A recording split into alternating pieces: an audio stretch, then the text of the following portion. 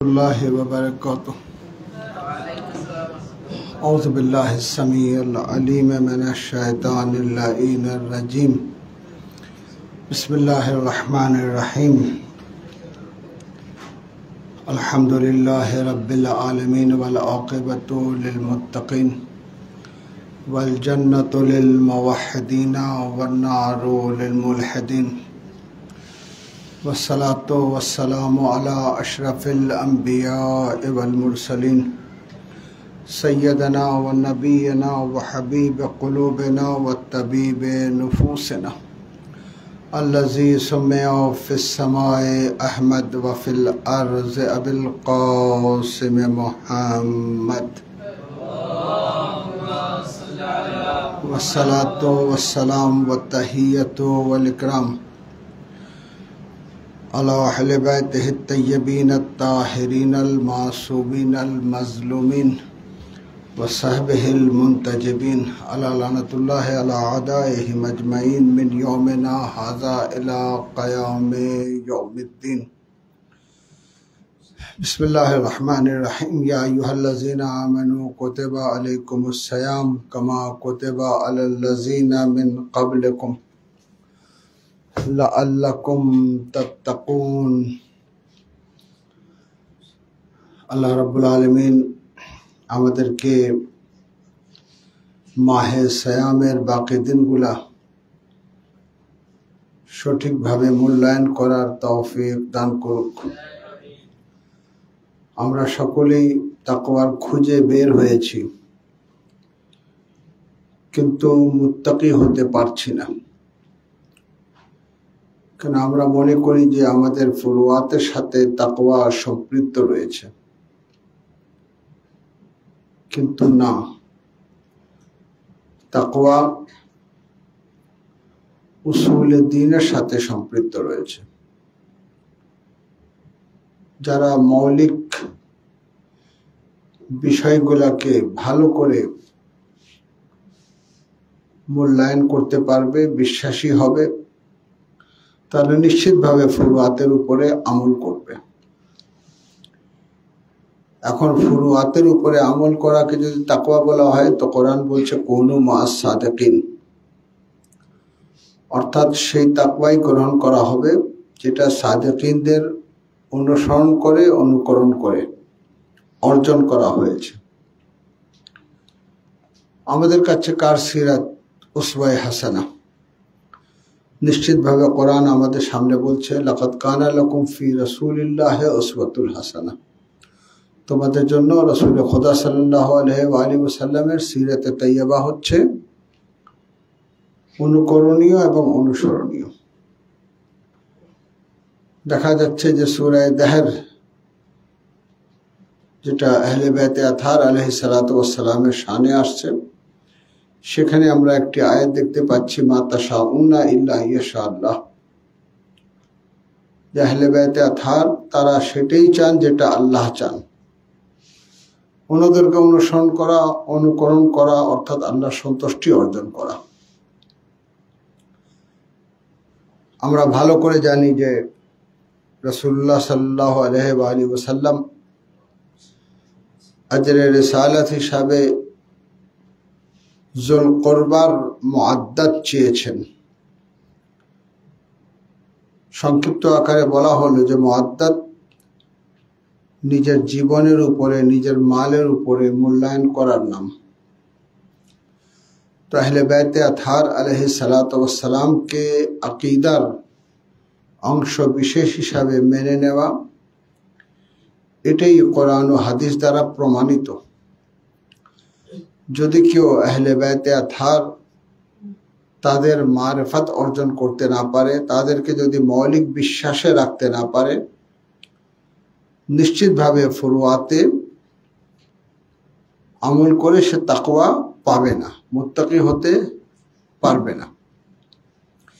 আমরা ইয়াজিদি বাহিনীতে যাদেরকে দেখছি তারা সকলেই নামাজি ছিল এবং অনেকে রোজা রেখেছিল। আমরা এই ইতিহাসও জানি যে ইমামে হুসাইন আলাইহিস সালাতু ওয়াস সালামের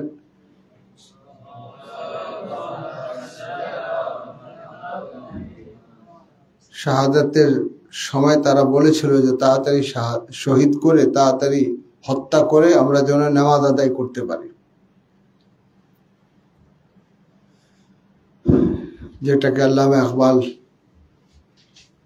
খুব সুন্দরভাবে তার কবিতায় বলেছেন, क्या तमाशा हुआ इस्लाम की तकदीर के साथ, कत्ल शब्बीर हुए नारे तकबीर के साथ। नारे तकबीर ছিল, কিন্তু তারা ইমামে হুসাইনকে হত্যা করতে প্রস্তুত ছিল। ফুরুয়াতে কোনো ঘাটতি ছিল না, নামাজ পড়ছিল, রোজা রাখছিল, কিন্তু মৌলিক বিশ্বাসে আহলে বাইত ছিল না, যে কারণে কারবালার মতন মর্মান্তিক ঘটনা ঘটে গেল। আজকে 19 রমজান ইয়মে জরবাতে আমির আল মোমিনিন আলী আলাইহিস সালাতু ওয়াস সালাম তিনি মসজিদে কুফায় সেজদারত অবস্থায় ইবনে মুলজিমে মুরাদি মালউনের তলোয়ারের আঘাতে আহত হন। 21 রমজান পর্যন্ত আহত অবস্থায় ছিলেন এবং 21 রমজান তিনি শাহাদাত বরণ করেন, যেটাকে লক্ষ্য রেখে আমাদের প্রতিটা ইমাম বাড়িতে এখন মাওলানা মুত্তাকিয়ান আলী ইবনে আবি তালিব আলাইহিস সালাতু ওয়াস সালামের মজলিস অনুষ্ঠিত হচ্ছে। আমি সকল আযাদারকে শোক ও সম্বেদনা জানাচ্ছি। কিরকম একটি আকীদা তৈরি হয়েছিল আহলে বাইতের বিপরীত, তা আমরা ইবনে মুলজিমে মুরাদি তার দিকে যদি লক্ষ্য করি তখন আমরা বুঝতে পারবো যে একটি আকীদা আহলে বাইতের বিপরীত দাঁড় করানো হয়েছিল, যে আকীদার সাথে আমাদের কোনো সম্পর্ক নেই। আমাদের আকীদায় আহলে বাইত রয়েছেন, আলে মুহাম্মদ রয়েছেন এবং হুজ্জাত, নিজের জীবনের উপরে মূল্যায়ন করা, নিজের সম্পদের উপরে মূল্যায়ন করা, সবকিছুর উপরে মূল্যায়ন করা, ওনাদেরকে অনুসরণ করা, অনুকরণ করা, ওনারা আল্লাহর পক্ষ থেকে মনোনীত, ওনারা হচ্ছেন মাসুম, মাসুম আনিল খাতা, কোনো অপরাধ ওনাদের দ্বারা সৃষ্টি হয় না। কিন্তু তার বিপরীত কিরকম একটি আকীদা, कि जे अकीदा के निये इमामे हुसैन के हत्या करा जायज হয়ে গেল। সে সময় অনেক মুফতি ইমামে হুসাইনকে হত্যার জাওয়াজের ফতোয়া দিয়েছিল। ইমামে হুসাইনের শাহাদাতের ঘটনা তো 60 হিজরিতে ঘটে, কিন্তু তার পূর্বে 40 হিজরিতে যখন আমিরুল মুমিনিন আলী আলাইহিস সালাতু ওয়াস সালাম শাহাদাত বরণ করেন, ইবনে মুলজিমে মুরাদি সে কিন্তু সামান্যতম লজ্জিত ছিল না এবং তার আকীদা, তার বিশ্বাসে যে কাজটা সে করেছে, সে বলছিল যে আমি আল্লাহর সন্তুষ্টির জন্য করেছি। আল্লাহু আকবার। হযরত আলী ইবনে আবি তালিবকে হত্যা করলো তাও আল্লাহর সন্তুষ্টির জন্য। আহলে বাইতকে দূরে রেখে কোন পর্যায়ে যেতে পারে মানুষ, কেমন বিশ্বাস তার অর্জিত হতে পারে, তা আমরা কিন্তু ইবনে মুলজিমে মুরাদিকে দেখে বা ইমামে হুসাইন আলাইহিস সালাতু ওয়াস সালামের হত্যাকারীকে দেখে আমরা বুঝতে পারি। এই কারণে আমাদের ইমামরা, তারপরে মারাজে এজাম, মুজতাহিদিন একরাম, উলামা একরাম, তারা আমাদের শিক্ষা দিয়েছেন যে তোমরা আহলে বাইতের চর্চা করো এমন ভাবে যে একটা মৌলিক বিশ্বাস গড়ে ওঠে মুহাম্মদ ও আলে মুহাম্মদ সম্পর্কে, যে মুহাম্মদ ও আলে মুহাম্মদের সন্তুষ্টির মধ্যেই জান্নাত রয়েছে, ওনাদের অনুসরণ ও অনুকরণের মধ্যেই জান্নাত রয়েছে। ওনাদের অসন্তুষ্টি কিন্তু জাহান্নামী হওয়ার কারণ হয়ে দাঁড়ায়। যদি কেউ আহলে বাইতকে ছেড়ে দেয় বা আহলে বাইতকে মূল্যায়ন করে না, আহলে বাইত তাদের আকীদায় নেই, তাদের শিমর হওয়ার সম্ভাবনা রয়েছে, উমারে সাদ হওয়ার সম্ভাবনা রয়েছে, তার পূর্বে যদি যাই ইবনে মুলজিম হওয়ার সম্ভাবনা রয়েছে। নামাজি ছিল, তাসবিহ ছিল, জিক্রে খোদা করত, রোজা রাখত, বাজাহির প্রকাশ্যে তাকওয়া রূপে সেজেছিল। আবু মুসা আশারি, যার মাধ্যমে আলী ইবনে আবি তালিবকে সেই হাকামিয়াতে আজল করা হলো খেলাফত থেকে, আবু মুসা আশারি কে ছিল? যাকে সে সময় লোকজন নির্বাচন করে তার তাকওয়ার কারণে। কিন্তু আবু মুসা আশারির কাছে কি ছিল না? তার আকীদা আহলে বাইতের প্রতি ছিল না। সে যদি আলীকে আল্লাহর ওলি মানত, আলীকে যদি খলিফা মানত, আলীকে যদি নিজের ইমাম মানত, কোনোদিন আজল করার মতন সাহস পেত না। তো আমরা আজকে ইসলামে যে বড় একটি ক্ষতি দেখতে পাচ্ছি, সেটা হচ্ছে আমাদের আকীদা আহলে বাইত অনুপস্থিত থাকা। আর যখন বলতে যাই তখন বলে একটা নতুন কিছু মনে হচ্ছে। নতুন না। নামাজে কি রয়েছে?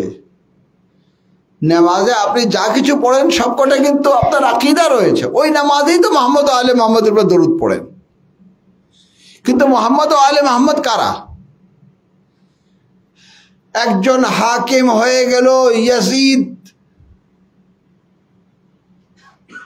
অন্তর থেকে বিশ্বাস করি তার মধ্যে তাকওয়া নেই। ভালো করে জানি যে সে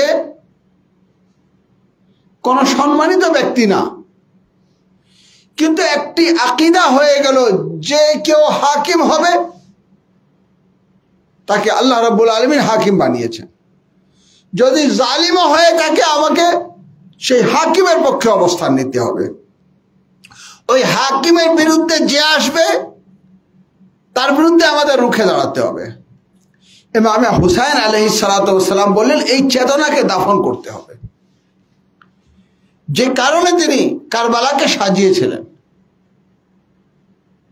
কারবালা উনি হাজার হাজার সৈন্য নিয়ে আসেননি যে যুদ্ধ হলে যুদ্ধে পরাজিত হলেন, না, তিনি এই চেতনাকে দাফন করার জন্য, এই আকীদাকে দাফন করার জন্য, যে তোমাদের মধ্যে আকীদায়ে আহলে বাইত না থাকার কারণে তোমরা আজকে শিমরের যে রূপ ধারণ করেছো, সেই জঘন্য অপরাধে তোমরা নিজেকে নিয়োজিত করেছো। আমি আসছি, আমার শাহাদাতের মাধ্যমে স্পষ্ট হয়ে যাবে যে আমার প্রতি বিশ্বাস না থাকা তোমাকে কোন পর্যায়ে নিয়ে যেতে পারে, কোথায় নিয়ে তোমাকে দাঁড় করাতে পারে। এই জন্য কারবালা একটি টার্নিং পয়েন্ট। কারবালাকে এমন ভাবে মূল্যায়ন করা উচিত যেন আর কোনো ইয়াজিদি সাহস করতে না পারে ইয়াজিদ হওয়ার। সমাজে আর যেন শিমর তৈরি না হয়, সমাজে আর যেন ওমরে সাদ তৈরি না হয়। এই কারণে আমরা কারবালাকে ব্যাপকভাবে মূল্যায়ন করি, কিন্তু আমরা পারিনি সঠিকভাবে আহলে বাইতের পরিচিতি মানুষের কাছে তুলে ধরতে, সমাজের কাছে তুলে ধরতে।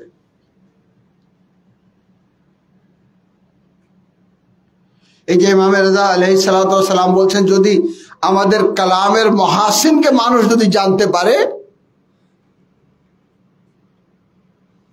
তারা ওটাকে মেনে নেবে। কিন্তু সেই মহাসিনে কালামকে আমরা কিন্তু তুলে ধরতে পারিনি। ওনারা কারাগারে জীবন যাপন করেছেন, কষ্ট করে দুনিয়ায় আল্লাহর সঠিক দিন মানুষের কাছে তুলে ধরার চেষ্টা করেছেন। শহীদ করে দেওয়া হলো, দুনিয়া থেকে চলে গেলেন। মুমিনিনরা আতঙ্কিত অবস্থায় জীবন যাপন কাটালেন। এইভাবে যুগের পর যুগ পার হতে থাকলো। আমাদেরকে নির্দেশ দেওয়া হলো। আজকে আলী ইবনে আবি তালিবকে নিয়ে চর্চা কোথায় হচ্ছে? হ্যাঁ, আমি অত্যন্ত সম্মানের সাথে দেখি। আমাদের দেশেও কিছু সুফিরা রয়েছেন যারা ইমামে আলী আলাইহিসসালামের শাহাদাতকে মূল্যায়ন করছেন। আমাদের যুবকরা, আল্লাহ রাব্বুল আলামিন তাদেরকে হেফাজত করুক, ফেসবুকে মাওলানা মুত্তাকিয়ান আলী ইবনে আবি তালিব আলাইহিসসালামের শাহাদাতকে কেন্দ্র করে একটি ঝড় তুলেছে, জানান দিচ্ছে যে এই দিনগুলো হচ্ছে হযরত আলীর সাথে সম্পৃক্ত। প্রতিটা ইমাম বাড়াতে আমাদের মজলিস হচ্ছে। এই মজলিসের মাধ্যমে আমরা ওই যে জঘন্য একটি চেতনা, যে হাকিম হবে সে হবে আল্লাহর পক্ষ থেকে, তার কুকর্ম দেখতে নেই, তার ভুল দেখে নীরব থাকতে, এটা হচ্ছে কিতমানে হক। এটা বড় একটি অপরাধ। ফাতাকতুমুল হাক্কা ওয়া আনতুম তা'লামুন, হককে তুমি জানো, জানা সত্ত্বেও কিতমান করো, গোপন করো। আজকে আহলে বায়তের চর্চা করা হয় না। কেউ যদি চর্চা করতে চায় সাথে সাথে বলা হয় শিয়া হয়ে গেছে, আহলে বায়তের কথা বললে শিয়া হয়ে গেছে। আহলে বায়তের পক্ষে কথা বললে তাকে এমন ভাবে কোণঠাসা করা হয় যে সে মনে করে আমি সমাজে একটা অপরাধী হয়ে গেলাম। কেন এই অবস্থা? কেন? আপনি কি জানেন না যে আহলে বায়ত আল্লাহর পক্ষ থেকে মনোনীত ব্যক্তিত্ব, রাসূলের নিকটতম আত্মীয়? তাদের শানে আয়াতে তাথীর অবতীর্ণ হয়েছে, তাদের শানে আয়ায়ে মুবাহিলা নাজিল হয়েছে, তাদের শানে সূরা দাহর নাজিল হয়েছে, তাদের সম্পর্কে আয়াত নাজিল হয়েছে সুম্মা লাতুসআলুন্না ইয়াওমাইযিন আনিন নাঈম। অনেক জিজ্ঞাসার পর যে গুরুত্বপূর্ণ নিয়ামত সম্পর্কে জিজ্ঞাসা করা হবে, সাদিক আলে মোহাম্মদ বলছেন সেই নিয়ামত হচ্ছে আমরা, আমাদের সম্পর্কে তোমাদের জিজ্ঞাসা করা হবে, আমাদের মারফত সম্পর্কে তোমাদের জিজ্ঞাসা করা হবে, আমাদের সম্পর্কে তোমাদের আকীদা কি ছিল জিজ্ঞাসা করা হবে। ওয়াকিফুহুম ইন্নাহুম মাসউলুন, থামতে বলো, তার কাছে জিজ্ঞাসা রয়েছে। একটু গভীরতায় গিয়ে দেখেন, আহলে বায়তকে না মানা, মূল্যায়ন না করা কত বড় অপরাধ। যে অপরাধে সমাজ, আর এটা নতুন কিছু না যে কেউ আহলে বায়তের পক্ষে বললে তাকে শিয়া শিয়া। আমি তো বলি আমি গর্বিত। কেউ যদি আহলে বায়তের ভালোবাসার কারণে আমাকে শিয়া বলে, কেউ যদি আহলে বায়তকে মূল্যায়ন করার কারণে আমাদেরকে শিয়া বলে, শিয়া মানে অনুসারী, অনুসরণ করা। আলহামদুলিল্লাহ, অনেকে সাহস করেছেন, আজকে অনেকে সাহস করেন না। একটু গিয়ে দেখেন না ইমামে নাসাই, ওনার শাহাদাতের পিছনে রহস্যটা কি? সানান নাসাই ভূমিকায় লেখা রয়েছে ইমাম নাসাই সম্পর্কে, যে তিনি যখন দেখলেন যে শামে আলী ইবনে আবি তালিবের উপরে গালমন্দ করা হচ্ছে, ওনার মানে ব্যক্তিত্বকে তুলে ধরা হচ্ছে না, উনি কি করলেন? হযরত আলীর শানে যে হাদিসগুলো ছিল সেগুলাকে একত্রিত করলেন, যে বইয়ের নাম তিনি নির্ধারণ করলেন খাসায়েসে নেসাই। হয়তো অনেকে নামও শুনেনি। ইমামে নেসাই সিয়াসত্তার মধ্যে ওনারও একটি মুকাম রয়েছে, উনি লিখেছেন সানানে নেসাই। সানানে নেসাইর লেখক ইমামে নেসাই খাসায়েসে নেসাই লিখলেন। চিন্তা করলেন যে এখানে তো আহলে বায়তকে মূল্যায়ন করা হচ্ছে, কিন্তু শামে আহলে বায়তকে মূল্যায়ন করা হয় না, সেখানে চলে যাই। যখন আলী ইবনে আবি তালিবের ফাজাইল বলা শুরু করলেন, তখন তার উপরে আক্রমণ হলো, এবং এই বলে যে শিয়া শিয়া শিয়া। উনি আহত হয়ে গেলেন। যখন হোশে আসলেন বললেন আমাকে মদিনায় নিয়ে চলো, যেমন আমার মওত মদিনায় যেন হয়। আহলে বায়তের চর্চা এমন অপরাধে মানে দেখা হতো আজকেই না, এই কিতমানে হক কিন্তু অনেক আগে থেকে।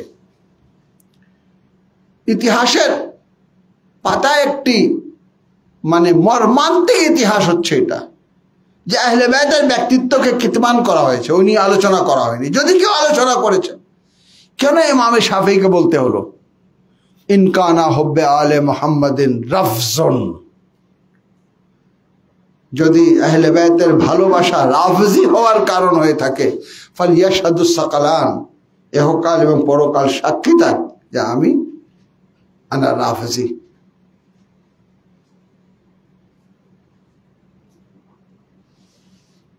ইনকানা হুব্বে আলে মুহাম্মাদিন রাফজন ফালিয়াশহাদুস সাকালান আনা রাফজি।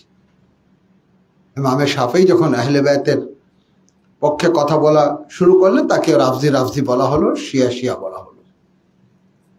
এভাবে মুখ বন্ধ করার চেষ্টা করা হয়। আজকে যে সকল আলিম ভালো করে জানেন আহলে বাইতকে মূল্যায়ন করতে হবে, কিন্তু একটি কারণ নিয়ে চলে আসেন, শিয়ারা যেহেতু আহলে বাইতকে মূল্যায়ন করে, আমরা মূল্যায়ন করব না। বাবা, আহলে বাইতকে মূল্যায়ন করার উপরেই জান্নাত নির্ধারণ করা হয়েছে, তো জান্নাতেও যাবেন না। আমি দেখলাম একজন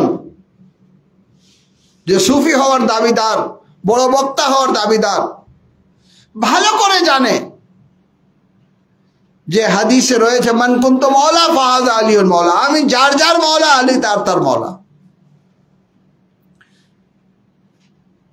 রাসূল বলছেন যেভাবে আমি তোমাদের নফসের মালিক, এইভাবে আলী তোমাদের নফসের মালিক, যেভাবে আমি তোমাদের মাওলা, এইভাবে আলী তোমাদের মাওলা। তো আলী যে মাওলা, এটা ইখতিয়ারি না যে আমি চাইলে গ্রহণ করব, না হলে গ্রহণ করব না। না, রাসূল বলেছেন গ্রহণ করতে হবে, গ্রহণ করতে হবে। মা আতাকুমুর রাসূল ফাখুযুহু, যা রাসূল দেন তা নিয়ে নাও। একজন পরিচিত বক্তা সে বলছে যেহেতু শিয়ারা আলীকে মওলা বলে, আমরা আলীকে মওলা বলবো না। কিতমানে হক কিভাবে, হককে কিভাবে পর্দার আড়ালে রাখা হচ্ছে। এখানে আমাদের অনেক বড় দায়িত্ব। আমাদের যে 12 ইমামের প্রতি যে আমাদের বিশ্বাস, অনেকে আহলে বাইতকে ভালোবাসে, কিন্তু আমাদেরকে জিজ্ঞাসা করে, ভাই আমরা আহলে বাইতের সদস্যের মধ্যে 4 জনের বেশি জানি না। আহলে বাইতের সদস্য ফাতেমাতুজ জাহরা ছিলেন, আলী ইবনে আবি তালিব ছিলেন, ইমামে হাসান ছিলেন, ইমামে হুসাইন ছিলেন।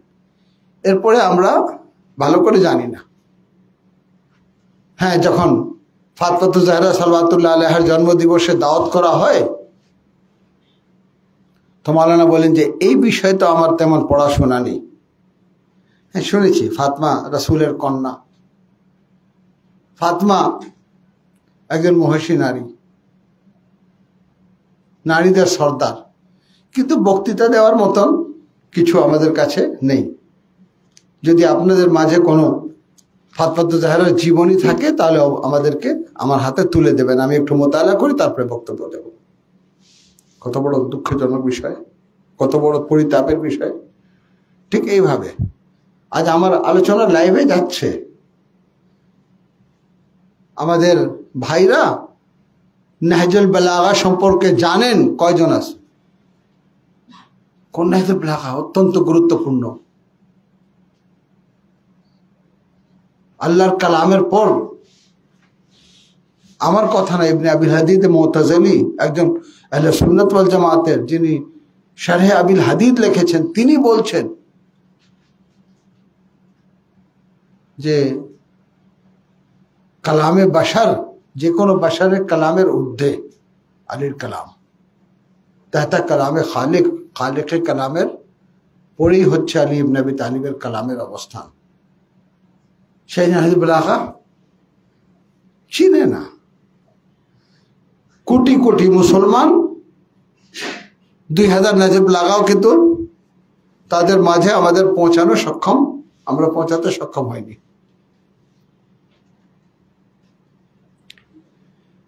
একটি রাষ্ট্র পরিচালনার জন্য যে ব্যক্তি ক্ষমতায় আসবে তাকে কমপক্ষে নাহজুল বালাগা ভালো করে পড়তে হবে।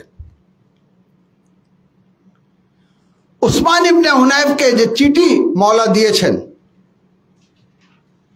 একটি গভর্নর কিভাবে হতে হবে সেখানে কিন্তু স্পষ্ট হয়ে যায়। হযরত আলী যে মালিক আশতারকে চিঠি দিয়েছিলেন সেটা আমি একবার দেখেছিলাম। জিয়াউর রহমান সাহেবের আমলে, রাষ্ট্রপতি জিয়াউর রহমান যখন ছিলেন তখন তার আমলে সেটাকে প্রকাশ করে বিভিন্ন জায়গায় বিতরণ করা হয়। পরে আবার এরশাদের আমলে ওটাকে রিপ্রিন্ট করানো হয়। তারপরে কিন্তু আর সে কাজ করা হয়নি। এইসব চিঠিগুলোকে প্রকাশ করে যত বেশি হোক মানুষের কাছে পৌঁছাতে হবে, সেখানে আইন তৈরি করে দেওয়া হয়েছে একজন শাসককে কেমন ভাবে চলতে হবে। যদি সঠিক উচ্চারণ করতে পারি, জর্জ জুদাস নাকি নাম ছিল, ঠিক এখন মনে পড়ছে না, লেবাননের একজন খ্রিস্টান, সে হযরত আলী আলাইহিস সালাতু ওয়াস সালামের ব্যক্তিত্বের উপরে একটি বই লিখেছে। হ্যাঁ, সে একটা বই লিখেছিল যেটা উর্দুতে, ফার্সিতে, ইংরেজিতে বিভিন্ন ভাষায় প্রকাশিত হয়েছে। প্রথমে যখন এটাকে প্রকাশ করা হলো, একজন খ্রিস্টানের বই কোনো মুসলমান প্রেসে কেউ ছাপতে চাবে না, টাকা সংগ্রহ করতে পারছিল না। পরে নিজে গির্জায় যখন বললো যে গির্জায় তো কিছু টাকা রাখা রয়েছে, আমাকে যদি দিতেন আমি বই প্রকাশ করে তারপরে বই বিক্রি করে টাকাটা পরিশোধ করে দিতাম।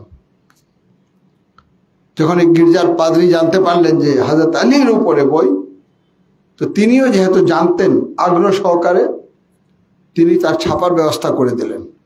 আমার কাছে আছে। সেখানে আদালত কাকে বলা হয়? দুনিয়ার সবচেয়ে বড় আদিল ব্যক্তি, যিনি ন্যায় প্রতিষ্ঠা করতে পেরেছিলেন, যিনি ন্যায়ের পক্ষে অবস্থান নিয়েছিলেন, তিনি ছিলেন আলী ইবনে আবি তালিব। হায় আফসোস, মুসলমানদের চর্চায় আলীর ব্যক্তিত্ব নেই।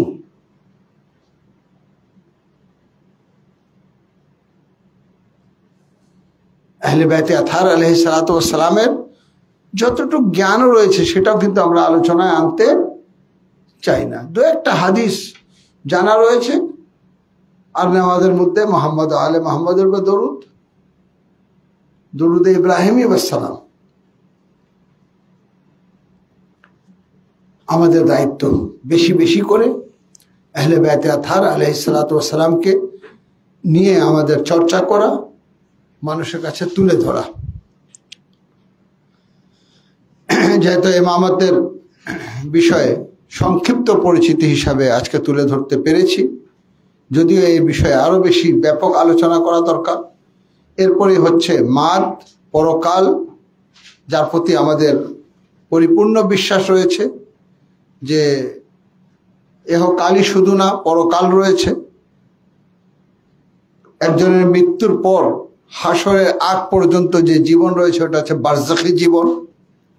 বারজাখী জীবনে যারা এই দুনিয়া থেকে বিদায় নেয়, যদি মুমিন হয়ে থাকে তাদের রূহকে, তাদের আত্মাকে বাদিউস সালামে রাখার ব্যবস্থা করা হয়, আর যারা জাহান্নামী তাদেরকে বাদিয়ে বাররুতে। এবং রোজ হাসরে সবাইকে আবার পুনর্জীবিত করা হবে, প্রত্যেককে হিসাব দিতে হবে। ওয়ামান ইয়ামাল মিসকালা যাররাতিন খায়রান ইয়ারাহ ওয়ামান ইয়ামাল মিসকালা যাররাতিন শাররান ইয়ারাহ। যদি সামান্য পরিমাণও নেক করে থাকে তার বিনিময় পাবে, যদি কুকর্ম করে থাকে তার শাস্তি ভোগ করতে হবে। তবে হ্যাঁ, যদি হুকুকুল্লাহের মধ্যে কিছু যদি পায়মাল হয়ে থাকে, হুকুকুন নাস যদি তার গর্দনে না থাকে, আর যদি আকিদায়ে সালিম থাকে, অর্থাৎ তাওহীদ, আদল, নবুয়ত, ইমামতের বিশ্বাসী থাকে, তাহলে তার জন্য জান্নাত নিশ্চিত রয়েছে। কেন? এই আকিদা কিন্তু বাধ্য করে আমল করতে, বাধ্য করে ফুরুয়াতের উপরে আমাদেরকে আমল করতে। এখন আমলের মধ্যে যদি ত্রুটি থেকে যায়, তো এই ধরনের গুরুত্বপূর্ণ রাতগুলো আসে। শবে কদর আমাদের এখানে মানে 19 রমজান, 18 দিবাগত রাত, 20 দিবাগত রাত, 21, 22 দিবাগত রাত, 23, অর্থাৎ এই বেজোড় রাতগুলা কিন্তু শবে কদর হিসাবে অত্যন্ত গুরুত্ব সহকারে দেখা হয়, যার মধ্যে 23কে খুব বেশি গুরুত্ব দেওয়া হয়। এই জন্য আমাদের প্রতিটা মসজিদে শবে কদরকে কেন্দ্র করে আমাল করা হবে। 19, 21 আমরা যে আমাল করি এটা খুবই গুরুত্বপূর্ণ। এই আমল সম্পর্কে বলা হয়েছে মানুষকে মার্গে মাফাজাত, অর্থাৎ কোনো দুর্ঘটনা সাথে জড়িত মৃত্যু থেকে রক্ষা করে এই আমলগুলা। অর্থাৎ যারা এই আমল করে তাদের অ্যাক্সিডেন্ট, আগুনে লেগে মানে দুর্ঘটনায় প্রাণ যাওয়ার সম্ভাবনা থাকে না। এই আমাল তার হেফাজত করে থাকে। আল্লাহ রাব্বুল আলামিন গত রাত্রে আমাদেরকে তৌফিক দিয়েছেন। ইনশাআল্লাহ আগামীকাল 20 তারিখ আমরা কিন্তু মজলিস শেষে আবার আমালে শবে কদর করব। আর 22 দিবাগত রাত অর্থাৎ শবে 23 রমজান সারা রাত আমরা ইনশাআল্লাহ ইবাদতে অতিবাহিত করব। আল্লাহ রাব্বুল আলামিন সকলকে এই রাতগুলা মূল্যায়ন করার তৌফিক দান করুক। জি, ইমাদউদ্দিন ইমাদ প্রশ্ন রাখছে, সালামু আলাইকুম কিবলা। সবাই জানে, মানে মনে করেন আমি শিয়া, তারপরও শুধুমাত্র সামাজিক অবস্থান ধরে রাখতে ইফতার আগে করতেছি বা হাত বেঁধে নামাজ পড়তেছি, সেটা জায়েজ হবে কি? ওয়ালাইকুম সালাম ওয়া রাহমাতুল্লাহ। না, কোনো ক্রমে জায়েজ না। শুধু সামাজিকতা রক্ষার জন্য নিজের রোজা বাতিল করা বা অন্য ভাইদের মতন না, এটা জায়েজ না। শুধু মক্কা আর মদিনায় মানে যেহেতু বৃহত্তম জামাত অনুষ্ঠিত হয়, মাগরিবের সময় হয় না, কিন্তু মাগরিবের জামাত অনুষ্ঠিত হয়, সেই সময় নামাজ পড়া মুসলমান ভাইদের সাথে আমাদের মুজতাহিদিনরা অনুমতি দিয়েছেন। এছাড়া অন্য যে কোনো জায়গায় অবশ্যই আমাদেরকে আমাদের মাকতাবে আহলে বাইত, মাযহাবে আহলে বাইতের উপরে চলতে হবে। কোনো রকম সামাজিকতা মানে বিনা কোনো কারণে হাত বেঁধে নামাজ পড়া বা সেজদা না রাখা বা আগে ইফতার করা কোনো সুযোগ নেই। এমপি রবিউল ইসলাম গতকালকে প্রশ্ন রাখছিল আংটির উপরে সেজদার বিষয়। তো আপনি এখানে ওনাকে পরামর্শ দিয়েছিলেন টিস্যু অথবা কাগজের উপর সেজদা দিতে। আজকে উনি প্রশ্ন করতে, সালামু আলাইকুম কিবলা, আমি টিস্যুতে সেজদা দেওয়ার মতন পরিবেশে নেই কিবলা, তো আমি কি করব? না, কাপড়ে তো সেজদা করা যাবে না, ওই নামাজ আবার পড়তে হবে। কেন? নামাজের শর্তের মধ্যে রয়েছে সেজদা সঠিক হওয়া। সেজদা মাটির উপরে হবে, কাঠের উপরে হবে, পাটির উপরে হবে, কাগজের উপরে হবে। ঠিক আছে, ছোট্ট করে একটা কাগজ হাতে রেখে দেওয়া, ঠিক আছে, এইভাবে হাতে রেখে দেওয়া আর সেজদার সময় মাথা নিচে দেওয়া, তো কোনো ব্যাপার না। আমরা তো মক্কার মদিনাতেও করে থাকি, তো কোনো সমস্যা হয় না। স্বামী একটা 3টা প্রশ্ন রাখছে। প্রথম প্রশ্ন, ইসলামে কি রাজনীতি নিষিদ্ধ? না, সেই রাজনীতি যেখানে মিথ্যা আশ্রয় নেওয়া হয় না, সেই রাজনীতি যেখানে মানুষের উপর জুলম করা হয় না, সেই রাজনীতি যেটা মানুষের খিদমতের জন্য, সেই রাজনীতিও কিন্তু ইবাদত। 2 নম্বর প্রশ্ন, দিন ও দুনিয়া তো আলাদা না, তাহলে এই দুইটা বিষয় একই সাথে পরিচালনা করার জন্য এমন কারা বা কোন সংগঠন আছে যা এর পক্ষে কাজ করছে? না, কোনো সংগঠনের নাম আমি বলবো না। অবশ্যই আমাদের ইমামদের জীবনী, যেখানে দুনিয়াকে কিভাবে ফেস করতে হয়, দুনিয়াতে কিভাবে অবস্থান করতে হয় আর আখিরাতের জন্য কিভাবে প্রস্তুত হতে হয়, সেটা আমরা আমাদের ইমামদের জীবনীতে আমরা পেয়ে থাকি। যারাই এই চর্চাগুলো করেন তাদের আলহামদুলিল্লাহ সেই যাত্রার প্রতীক। কিন্তু থাকলেও কোনো রাজনৈতিক দল তারা মানে দিনের উপরে চলে পরকালকে অর্জন করতে চাচ্ছে, ওইভাবে একটা দলকে নির্দিষ্ট করা, চিহ্নিত করা একটা কঠিন কাজ। এটা আমার পক্ষে সম্ভব না। এটা আপনি বিবেকের কাছে নিজে প্রশ্ন করে হ্যাঁ, আমি এটা বলে থাকি যে মিলাদের চাঁদার জন্য যদি কেউ আমার দরজায় আসে বলে যে সিরাতুন নবী করব, মিলাদ অনুষ্ঠান করব, তার জন্য আমরা কিন্তু টাকা সংগ্রহ করছি, আমি টাকা বের করে দিয়ে দিই। এখন সে যদি না করে থাকে তাহলে তাকে জবাবদিহি করতে হবে। কোনো ইসলামী দল যদি বলে যে আমি ইসলাম কায়েম করতে চাই, সে শান্তির ইসলাম কায়েম করতে চাই, আমরা তাদের পাশে দাঁড়াবো। যদি কেউ ভালো মানুষ থাকে তাকে আমরা ভোট দেব, ঠিক আছে? সেটা এই কারণে যে সে ভালো, এই কারণে যে সে ধার্মিক, এই কারণে যে সে মানে মাযহাব ভিত্তিক কাজ করে যাচ্ছে। কিন্তু 100% যে মানে সাপোর্ট করবে একটি দলকে, এটা মনে হয় সঠিক হবে না। জি। 3 নম্বর প্রশ্ন, নামাজে আলে মুহাম্মদ সাল্লাল্লাহু আলাইহি ওয়াসাল্লামের কথা স্মরণ হলে কি কোনো সমস্যা হবে? না, কোনো সমস্যা নেই, কোনো সমস্যা নেই। আপনি যখন সূরা কিরাত করছেন, আপনার চিন্তায় চেতনায় আপনি সিজদায় যাচ্ছেন, মনে পড়তেছে যে কালকেই তো বক্তা আমাদের মাঝে বক্তৃতা করলেন যে ইমামে হুসাইন আলাইহিস সালাতু ওয়াস সালাম পিঠে, রাসূল যখন সিজদারত অবস্থা ছিলেন ইমাম হোসেন পিঠে চলে আসলেন। না, এই ধরনের যদি চলে আসে তো নামাজ আরো মেরাজে পৌঁছে যাবে, এই নামাজ আরো পরিপূর্ণ হবে, আরো ভালো হবে। যদি আমরা এলাহি ব্যক্তিত্বদেরকে নামাজে স্মরণ রাখতে পারি তো এটা আমাদের নামাজকে নূরুন আলা নূর। জি। দোলা নাবিয়া প্রশ্ন রাখছে, ইমাম হাসান আলাইহিস সালাম ও ইমাম হোসেন আলাইহিস সালামের কোন হাদিস আমরা মুসলিম ও বুখারী শরীফে পাই না কেন? হ্যাঁ, এটাই তো দুঃখ, এটাই তো কষ্টের বিষয়।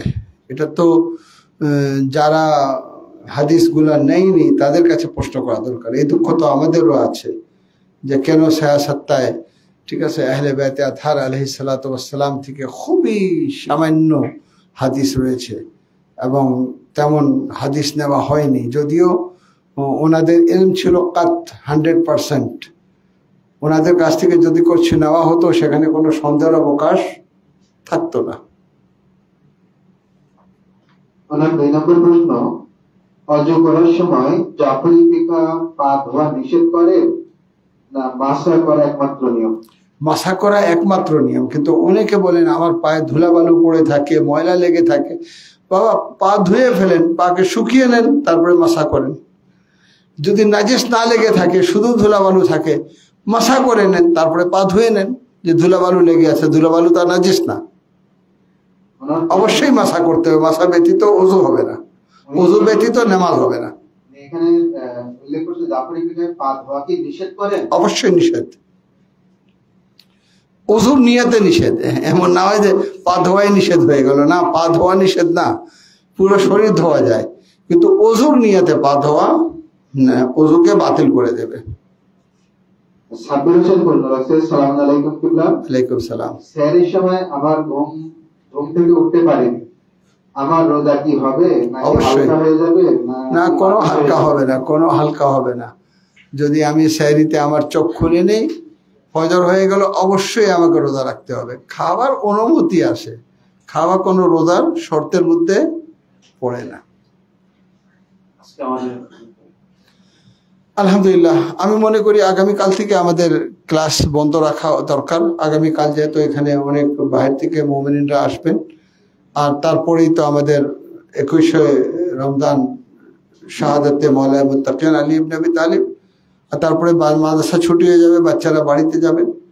তো মোটামুটি এই যে কয়েকদিন আলোচনা করা হয়েছে সেটাকে যদি ভালো করে অনুধাবন করা হয়, আর এই আলোচনার মধ্যে একটা বিষয় ফুটে উঠেছে যে আমাদেরকে বেশি বেশি করে গবেষণা করা দরকার, বেশি বেশি করে আমাদের পড়াশোনা করা দরকার, ইলমের দিকে অগ্রসর হওয়া দরকার, আহলে বাইতের দিকে অগ্রসর হওয়া দরকার। যদি আমরা হতে পারি তাহলে আলহামদুলিল্লাহ আমরা দুই জাহানের নেকি আমরা হাসিল করতে পারবো। আমাদের ইহকালও সুন্দর হয়ে যাবে, পরকালও আমরা নেজাত প্রাপ্ত হব ইনশাআল্লাহ।